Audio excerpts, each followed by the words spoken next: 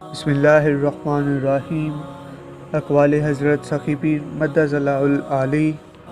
Number 1، اللہ سخنیاں اپنا سچا عشق و عطایت اور اپنی ذات میں فنا بقا عطا فرما۔ نمبر 2، دید مولا چاہتے ہو تو عشق مولا میں ڈوب کر عبادت کیا کرو۔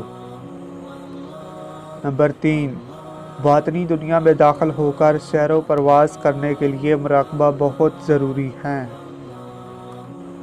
نمبر 4، سکون و برکت اور دونوں جہانوں میں کامیابیاں چاہتے ہو تو گوشہ تنہائی میں ذات مولا میں ڈوبے رہا کرو۔ نمبر 5، عشق مولا سے سرشار ہو کر اللہ جل شانہ میں ڈوب جانے کا نوری نظارہ تو لے کر دیکھو۔ نمبر 6، مشغولی مولا عظیم الشان دولت و نعمت ہے اور یہ خاص الخاص مندوں کو عطا کی جاتی ہیں۔ نمبر 7، مشغولی نفس اپنی ذات، انسانیت اور کائنات پر ظلم عظیم ہے۔ نمبر 8، انسانی خیالات کی برقی مقناطیسی لہروں کی تیز رفتاری اور رینج کا اندازہ ابھی تک بیچارے سائنسدان نہیں لگا سکے۔